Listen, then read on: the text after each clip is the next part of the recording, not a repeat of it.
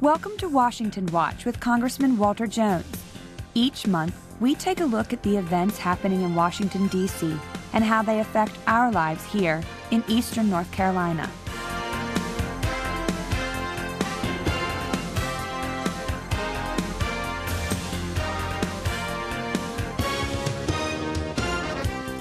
And now, here's your Congressman, Walter Jones. Welcome to the June edition of Washington Watch. Today's guest is Congressman Paul Ryan, who represents the 1st District of Wisconsin. He is the ranking member of the House Budget Committee, where he works to bring fiscal discipline and accountability to the federal government. He is a senior member of the House Ways and Means Committee, which has jurisdiction over tax policy, Social Security, health care, and trade laws. Congressman Ryan is currently serving his 6th term in Congress and has developed a plan to tackle our looming fiscal crisis called a roadmap for America's future. Congressman Ryan received his degree in economics and political science from Miami University of Ohio. He is married and lives in Janesville with his wife and 3 children. Paul, I know that I speak for the people of the 3rd District. I am very pleased to have you on this show for the month of June, and you have really been a leader in the House of Representatives. Those watching the show can tell that you're a young man, but you are one of the future leaders, not only of the Republican Party, but of our nation.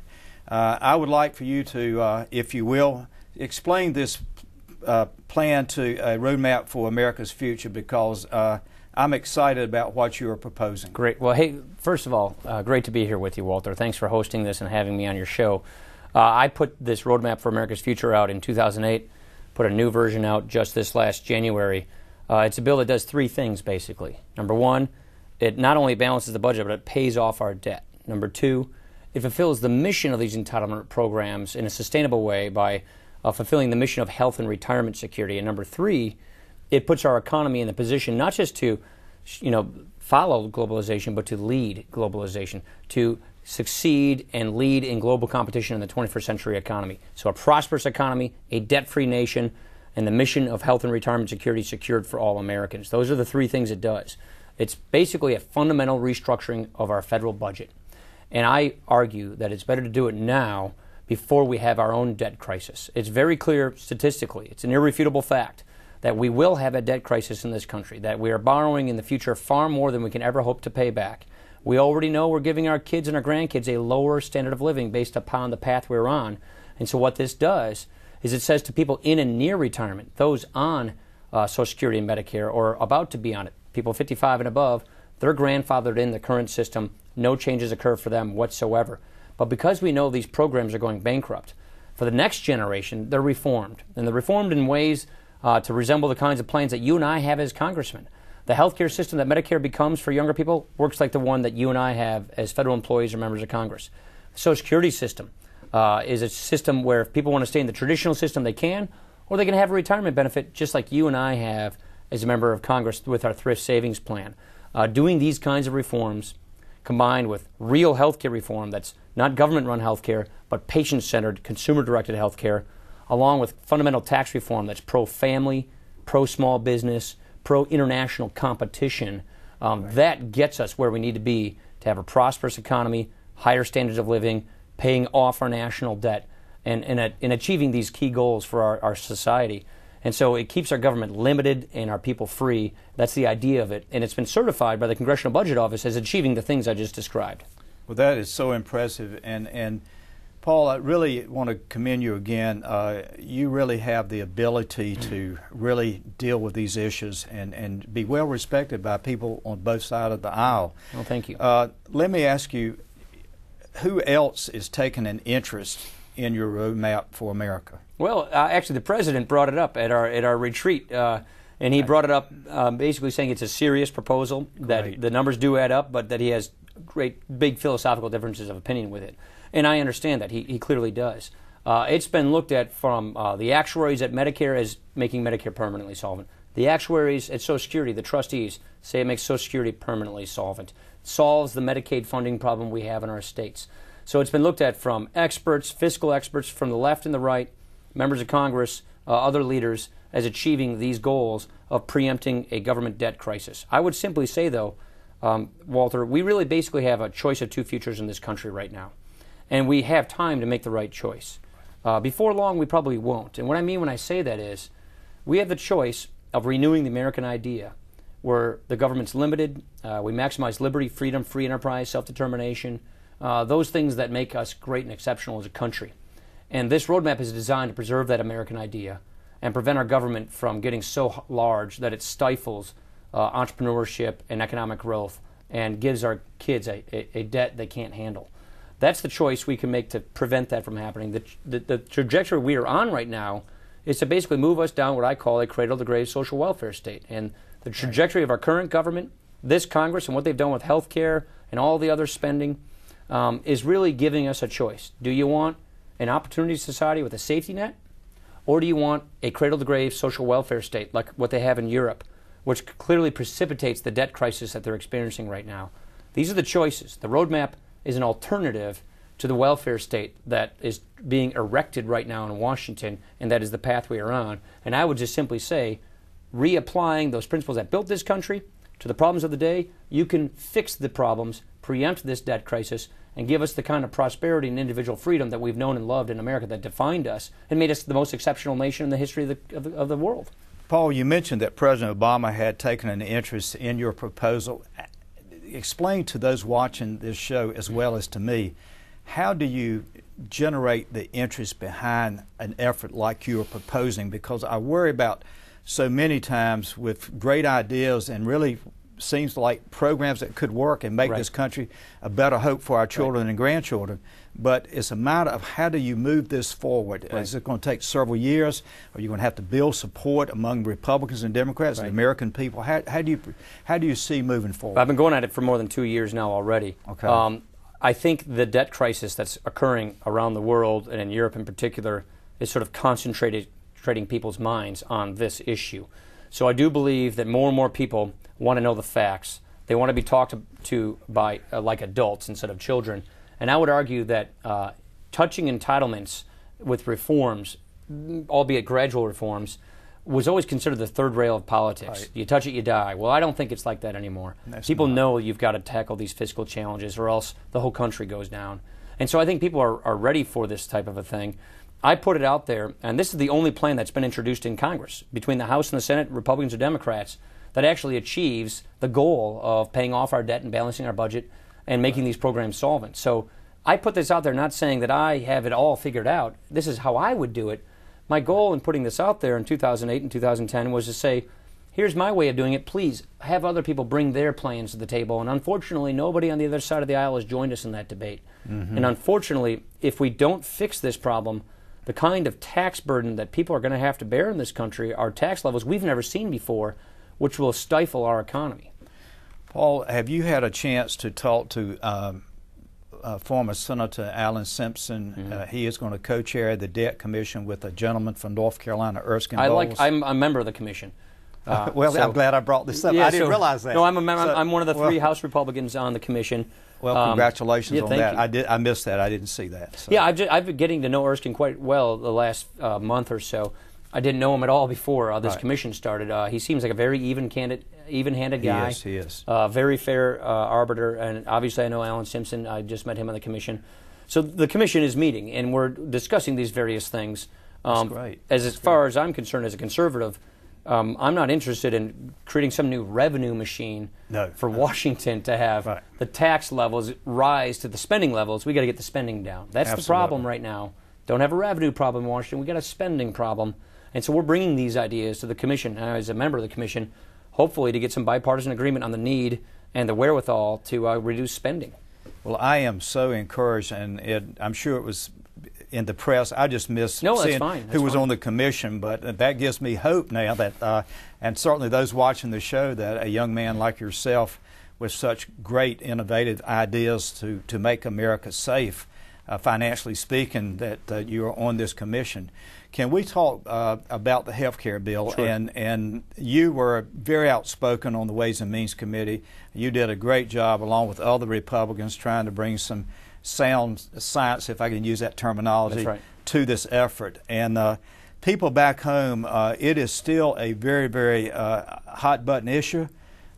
People, and I'm one of those, I didn't vote for the bill, as you well know, no Republican did. That's right. That we want to know, are there going to be any options, let's say by chance that in the November election that the Republicans pick up one house or the other, let's say not both, but just one or the other, will there be some opportunity to review what is passed in this health care plan? Do you see any opportunity possibly? I really see 2013 as the best opportunity. The reason I said this, I just spoke to a group of doctors in Milwaukee last night about this, which is, well, if you guys take Congress, can't you defund this thing or repeal this thing? For us to make any substantial difference in this law, which is now law, Congress has to pass a bill and the President's got to sign it into law. Well, President Obama just spent the last 15 months making this a signature issue, putting it into law. So even if Congress sends him a bill defunding it, first of all, you'd have to pass that bill through the House and the Senate, and we'd have to have control of the Senate to do that. But second, the President would have to sign it. So I really believe we should repeal this law. I think it's a terrible law. It's a fiscal house of cards. It's going to lead to rationing of health care and replace it with real reform. Richard Burr and I, he's my Senate counterpart, have a bill called the Patient's Choice Act, which is designed to have a patient-centered health care system so that everybody gets affordable care, including people with pre-existing conditions, without having the government run or ration health care. Now, that's the kind of thing that I would like to see us replace this law with, but the soonest we can probably do this is 2013 with a new president and a new Congress. We have to build the case between now and then to do that. I would argue we'll be able to make that case, because over the next 4 years, this law gets rolled out. The subsidies don't kick in until 2014, but between now and 2014, Medicare cuts, which will put Medicare providers out of business, tax increases that will slow down economic growth and job creation, and you'll have premium increases on health insurance premiums for many Americans, millions of Americans, all as a result of this law. So I do not see this law improving in popularity. I think it's going to drop from where it is, which is a fairly low level to begin with. Well, I appreciate you sharing that, because I have, like any member of Congress, the frustration, and I share that frustration, quite frankly, of people saying, what can you do about it? When can you address this god-awful health care plan? And I mean that respectfully. I'm a very religious man, so I meant that very respectful. But you're right. If you don't have the White House itself to admit that there need to be some changes made, then it's probably not going to happen. And that is, most people realize. Let me ask you, the frustration, I always felt that if President Bush, instead of speaking to the issue of Social Security, which we know is in dire shape, situation, if he maybe, a lot of people in my district would like to see us change this tax system. I know we have so many other problems, but if you could speak to that for just a moment, because you are on Ways and Means. In the best of times, if we were in the best of times, which we're not, do you see that the tax system ever being changed? I actually think there's an opportunity in the future. Now, I don't think it's going to be necessarily with this kind of a Congress and with President Obama, but I think in the near future there's going to be an opportunity. The tax code basically blows up in 2011 and 2013. All those tax cuts, the Bush tax cuts, expire in 2011, and they're going to expire for investment income for small businesses, meaning higher tax rates. 2013, even higher tax rates on top of that for investment income, which is what creates jobs, makes us more productive as an economy. And you also have the alternative minimum tax eating away at the middle class. And so because of all those convergence of bad things happening in the tax code, which will hurt our economy, and economists are predicting, they think the economy is going to be slower next year than it is this year because of tax increases. I think that gives us the opportunity to make the case for fundamental tax reform. Look, the current tax code is such a mess, and it's getting even messier. I mean, it penalizes all those things that makes America great. Saving, investing, starting a business, raising a family. These are things that are penalized in the current tax system. And so, you know, I'm more of a flat tax fan. There are good tax reform bills out there. The fair tax is a good one. I'm kind of the flat tax guy. I believe we should have a tax code that's very simple. You don't have to have a burdensome IRS. Under the bill that I've proposed in the roadmap, you can fill out your taxes on a postcard, send it in. Very generous exemptions for families and people raising children. And also taxing income once at its source, meaning you're not having 1, 2, 3, 4 layers of taxation on capital. The key here, Walter, in the 21st century economy is we can't tax our job creators and our businesses a lot more than our competitors are taxing theirs, but unfortunately that's exactly what we're doing. And so I propose fundamental tax reform. So America is a place where you want to build a business, where a global headquarters wants to be located, We right now have the second highest corporate tax rate in the industrialized world. We tax our exports, but not our imports. Right, I would argue with flipping that around, doing what our trade competitors do to us, take tax off of exports, put it on imports. That's not protectionism. That's not tariffs. Right. That's called border adjusting your taxes. So you make an incentive. So it makes sense to build stuff in America and sell it overseas. 97% of the world's consumers are in other countries. We need to be a prosperous, growing economy by having a manufacturing base, building things here, exporting them, and giving families and small businesses a simple tax system that helps them get ahead and encourages them to save and invest in the future. Paul, I know you have a website for this roadmap for America's future. If you don't mind sharing that I'm glad you asked that because I forget to plug it sometimes. Well, I think you're going to create a lot of interest for those watching this show in Eastern North Carolina that would probably call our office and say, will you give us his website? So if you don't mind. It's www.americanroadmap.org. So just go to americanroadmap.org, and that is a very interactive website. Tax reform, healthcare reform, entitlement reform, spending and budget reform, all of it taken together shows you literally a roadmap for America in the 21st century to keep our government lean, limited, free, prosperous, and paying off our debt. And it shows you, using the Congressional Budget Office's own numbers, how we in fact plan on doing it. It's a real budget. It's a real bill with actual numbers to back it up. And so you can go to AmericanRoadmap.org to look at it. Well, let me go back to the Debt Commission for just a moment, as we only have a few minutes left. But the Debt Commission, as you and this 16 commissioners, is that correct? Okay. So ideas like the Roadmap for America's Future would be an opportunity to talk about the aspects of that proposal. That's right. Okay. It does. The majority of the commission are Democrats, and there are 6 elected Republicans. It's Tom Crapo, Judd Gregg, Tom Coburn from the Senate, myself, Jeb Hensling, and Dave Camp from the House. Splendid. And then there are 2 Republicans appointed by President Obama, and the rest are all Democrats. So clearly the tilt of the commission is more in favor of Democrats, some of whom are fairly liberal. And so it's going to. I don't know what to expect out of this commission as far as it's going to be a very conservative kind of a product. I'm really hoping we get some spending discipline coming out of this thing, but I'm not sure exactly what we're going to get out of it. Well, I don't want to imply that I can do things I cannot do, but I do have a working relationship with Erskine Bowles. Yeah. I did when he was Chief of Staff to President Clinton, and he'd helped me with a deal dealing with the little horses down in my district that were traced back to the Spanish Mustangs.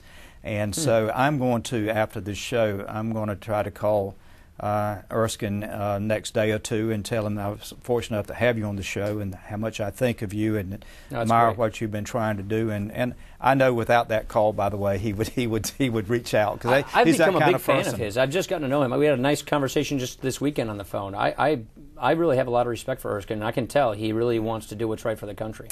He does, and I know Alan Simpson feels the same way that you feel. I feel Erskine feels that this is an opportunity to do something today instead of waiting till tomorrow, because tomorrow might be too late. We got to tackle these problems, or else they're going to tackle us. Paul, let me ask you, and we've got a minute or so left, but how much time do we have? Meaning a window, this opportunity to do what has to be done for this country, in your opinion, before 2 years we ago, go the way of Greece? I used to say we had 12 years. Now I think it's about half that time. There's 2 problems we have, and I call them tipping points. Right now, about 60% of the American people get more benefits in dollar value from the federal government than they pay back in taxes.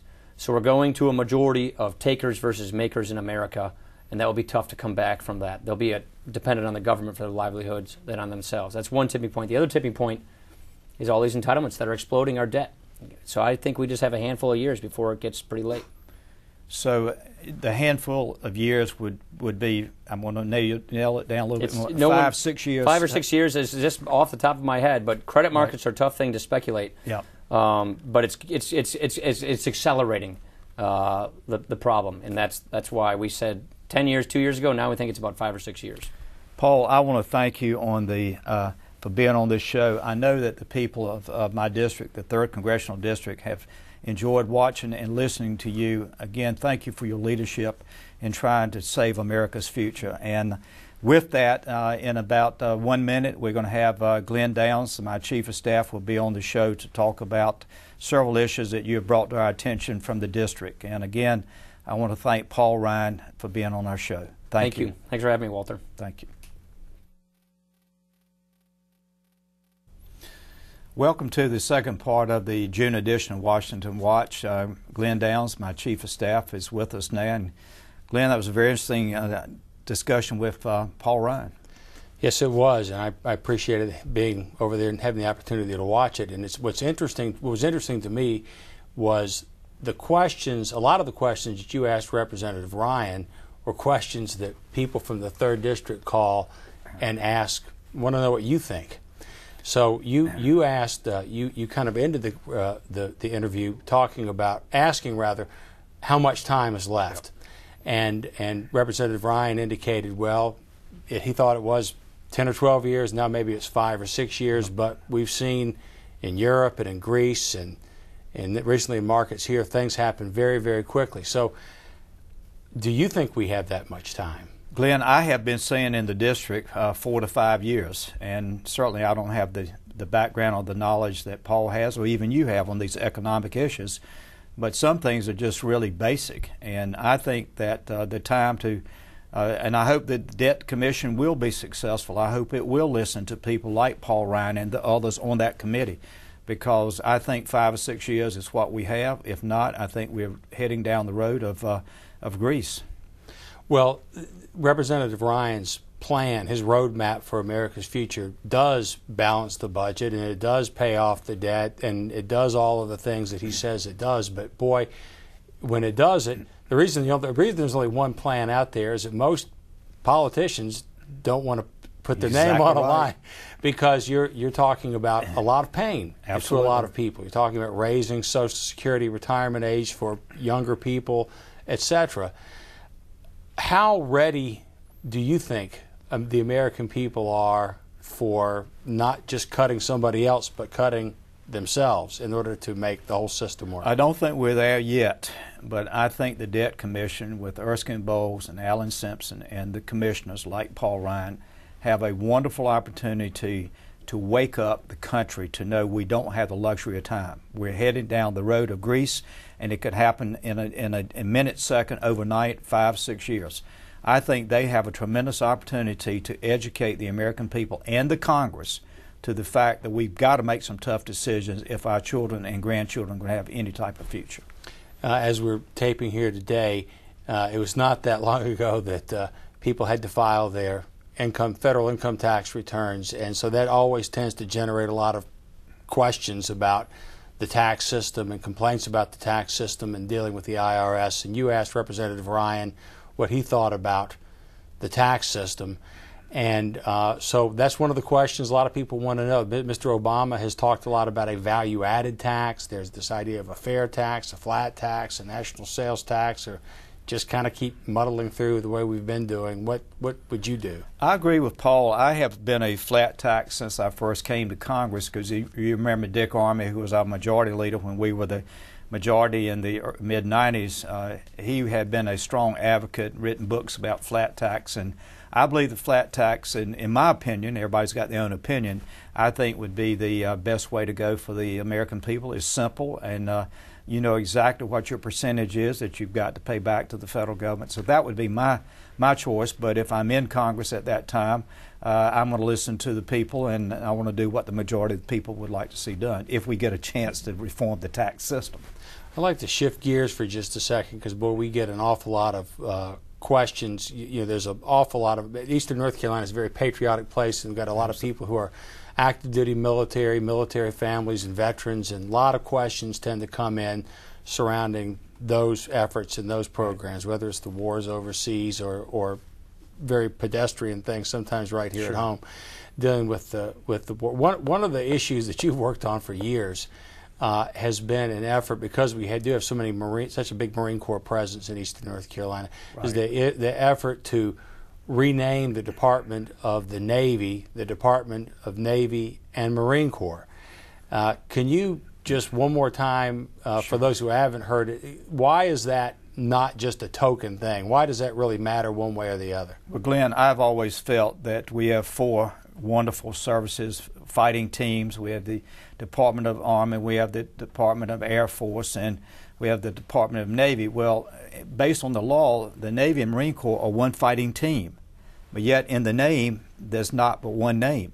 We need the name of the 2 fighting teams, Navy and Marine Corps. And I'm pleased that the House has passed this legislation. I want to thank Senator Pat Roberts from Kansas, a retired Marine officer who is pushing the same bill. It's S-504, and as of this taping, Glenn, in 1 week, he got 34 co-sponsors on the Senate side. And as you know, we had 426 co-sponsors in the House, one of the largest numbers to ever sign a bill in 30-some years. So I'm hopeful, and I hope the people watching this show will look at Marine Cause, C-A-U-S-E, marinecause.com or .org.